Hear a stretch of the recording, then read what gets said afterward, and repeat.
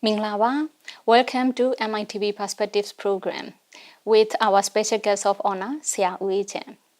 Minglawa Sia. Minglawa, yeah. Thank you very much for joining us in this show.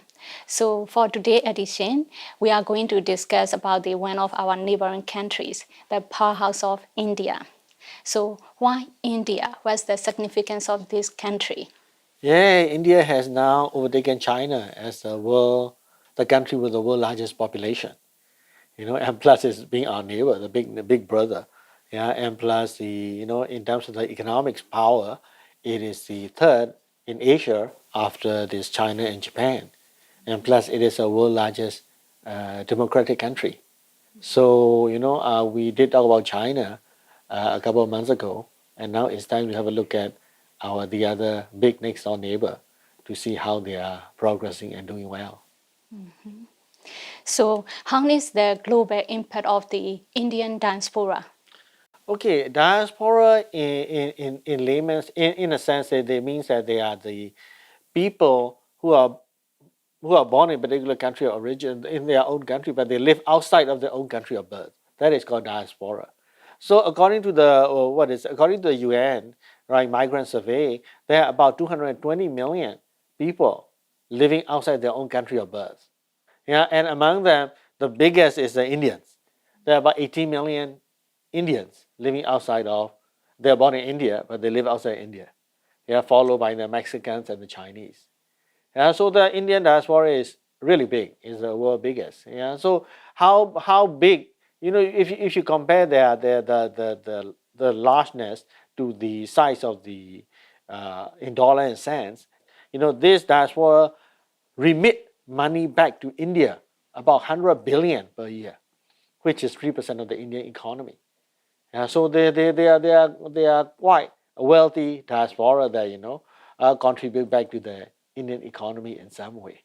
So that's why the Indian diaspora contributed more back to their home country, and plus everywhere in terms of migrants population, India's lead the country. Even in UK, the Indians has the highest population in terms of the migrants.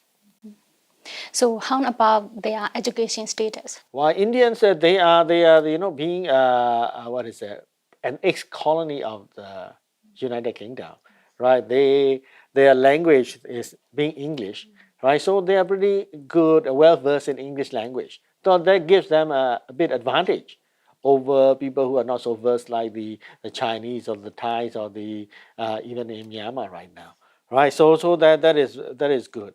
Because in a recent survey, right, about 80% of all the Indians adults have good command of English compared to the 50% of the Chinese living in America, right? So the English skills are pretty good.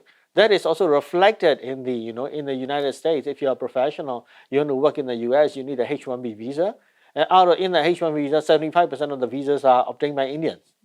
Yeah, so they also that also reflects their language, good language skills, right? And if you talk about other things also, in terms of education, IT education, if you look at the top 20 AI researchers, right, top 20 AI researchers, 8% of that top AI researchers finish their undergraduate degrees in India itself.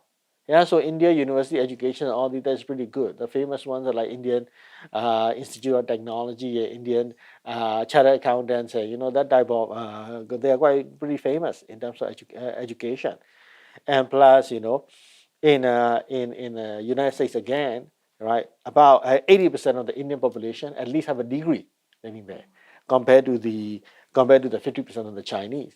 And the whole United States is only 30% of the population have a university degree. For Indians, it's 80%. So Indians are, if you talk about the bottom line, they are more educated than any other races living outside their own country of origin.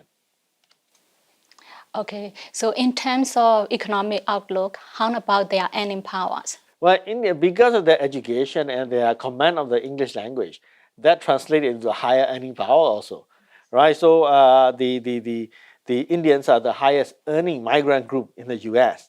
Right, the median household income for the Indian family is 150,000 a year, compared to like 95,000 for the Chinese, and it also similar variation exists in the UK and the Australia, where the Indians families are the highest earning migrant groups.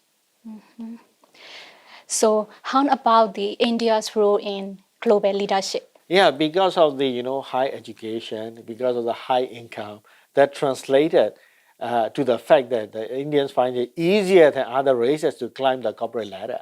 So that is reflected in the corporate leaderships and the government leaderships and the institutional leadership positions being occupied by the Indians. For example, if you look at the U.S. biggest companies, 500 biggest companies called S&P 500, 25 of them are led by Indian CEOs, chief executive officers. The brand names such as Adobe, Microsoft, IBM, and Google, the leaders are their CEOs are all Indians. Yeah, and plus even in terms of the famous business school, right?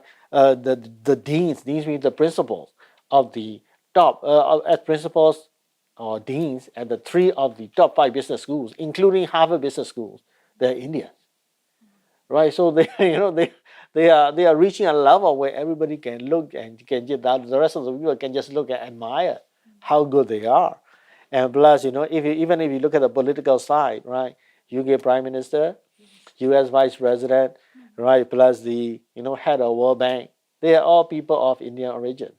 Yeah, so that is because of the good education, good command of English, plus hard work, they will climb up the corporate ladder slowly or go government ladder slowly, and they occupy very powerful positions right now. So, how about the digital powers of India? Could you elaborate it? Yeah, digital Indian they've emphasized on the digital public infrastructure. Yeah, where every because there's so many people, the only way to manage like 1.4 billion people. Myanmar only has 50 million people. Even 50 million, we have difficulty managing ourselves. Yes, it's 1.4 billion people. It's like 30 times more than us. Right. So 30 times. So how do you manage? Well, the only way is manage using the digital. So digital public infrastructure comprising of the identity, biometrics identity, 11-digit identity, or 12 digits. Sorry, it's called Aadhaar, and plus the payment system, plus data management, or so-called they call it data locker. Well, let's say, look at Indians, you have your ID, 12 digits ID. The ID has to be long because so many people. Yeah, plus so your information, your certificates, your date of birth, your birth certificate, your educational certificate, your transcripts, your tax documents, all are stored in this locker. And this authenticity, the correctness of this information is guaranteed by the government.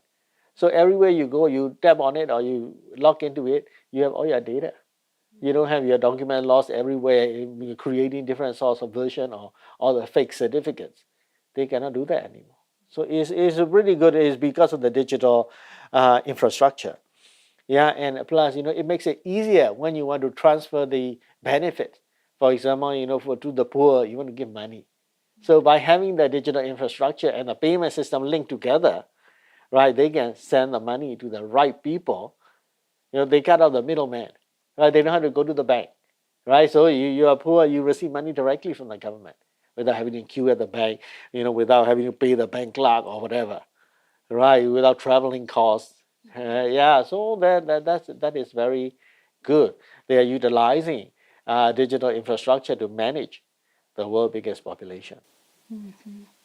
So, what are the key examples of digital development infrastructure? Yeah, they have developed this thing called, Open Network for Digital Commerce. That is an e-commerce platform for small and medium-sized enterprises where the online sellers they can link up with the logistic provider as well as the payment providers, so that the SMEs can sell things, can be developed. That is one of them. The other one is, the Aadhaar, the National Identity 12 digits identity system. They are also being farmed out to other countries, so that other countries can use a similar that infrastructure. So these are a few of the examples. So, can we make adaptation of this development here? Yeah, correct. This digital identity management system, they have already sold it to so many other countries. There are like 10 of them: Philippines, Morocco, example, Sri Lanka, Sierra Leone, and just a few examples. Yeah. So this Aadhaar team was already here in Myanmar like 2 weeks ago. Yeah, yeah. So they are the Myanmar is also we are in Myanmar also we are trying to incorporate, our payment ID, our identity card, plus our telephone, right? They are trying to gel this three thing, and only when we gel it, we have the right correct person and correct identity. We can identify the right person. Otherwise, there'll be so many fraud cases. So this, I don't know how they are here. They are trying to demonstrate the Indian version of that. So we'll see how we can incorporate that. Yeah, at the same time, we this is one of the things that we can use because they have already farmed out to 11 or 12 other countries in the world. Okay, thank you very much for your sharing information. Thank you. Wait for part two. Okay. You have been watching MITV special program Perspective. Thanks for being with us.